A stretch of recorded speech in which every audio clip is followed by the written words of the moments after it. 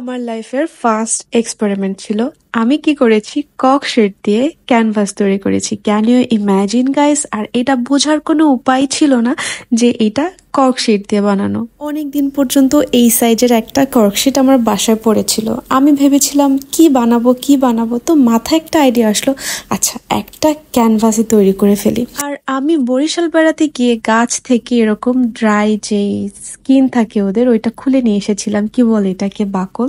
ওইটা দিয়েই আমি আজকে ককশিটের উপর একটা এক্সপেরিমেন্টাল ওয়ার্ক করব। মতো হলো আমাকে ককশিটের টেক্সচারটা ঢাকার জন্য কিছু একটা করতে হবে। তার জন্য আমি কি নিয়ে নিয়েছি, গ্লু আর একটা পানির মিশ্রণ তৈরি করে নিয়েছি। আর এটা দিয়েই আমি ওই ককশিটের উপরের টেক্সচারটা চেঞ্জ করব। এখন কিভাবে দেখো, এই পানির মধ্যে আমি টিস্যু ভিজিয়ে ভিজিয়ে ককশিটের উপরে বিছিয়ে দিব। আমি এই টাইমটায় না এত এক্সাইটেড ছিলাম, কারণ কি জানো, এরকম কাজ আমি লাইফে প্রথম করছি, মানে ক্যানভাস তৈরি করা, তাও এই যে টেক্সচার আর্ট যেটা বলে ওইটার মতো না একটা ফিনিশিং। এই ক্যানভাসটা করতে যে আমাকে না অনেক ঝামেলা পোহাতে হয়েছে। যেমন এই প্রথম স্টেপে আমি যখন টিস্যুগুলো ভিজাচ্ছিলাম ওটা এতটাই গলে যাচ্ছিল, আমি না বসাতে পারছিলাম না।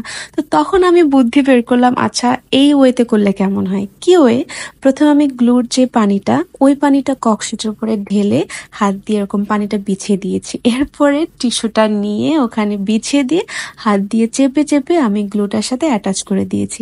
আর এরকম করে আমি পুরো ককশিটটা ঢেকে ফেলেছি। আর আমার কাছে কিন্তু সেকেন্ড ওয়েটাই বেশি ভালো লেগেছে, খুবই ইজি ছিল।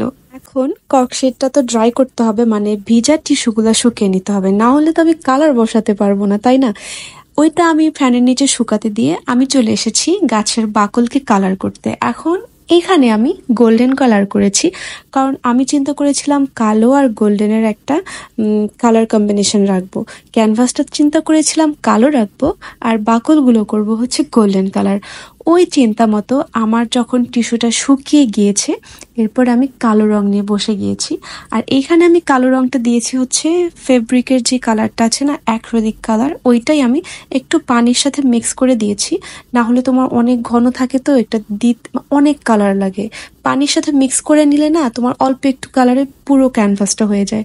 আর একটু ঝামেলা হয়েছিল, যদিও কালারটা আমার মাঝপথে শেষ হয়ে গিয়েছিল। সেকেন্ড ডেতে আমার আবার কালার কিনে করতে হয়েছিল, মানে আমার 2 days লেগেছে টোটাল এটা কমপ্লিট করতে। এরপরে কি করেছি, আমি মাঝখানে, মানে আমি যে থিমটা চিন্তা করেছিলাম পুরো কালোর উপরে সার্কেল শেপের, আমি এই বাকলগুলো বসিয়ে দিব।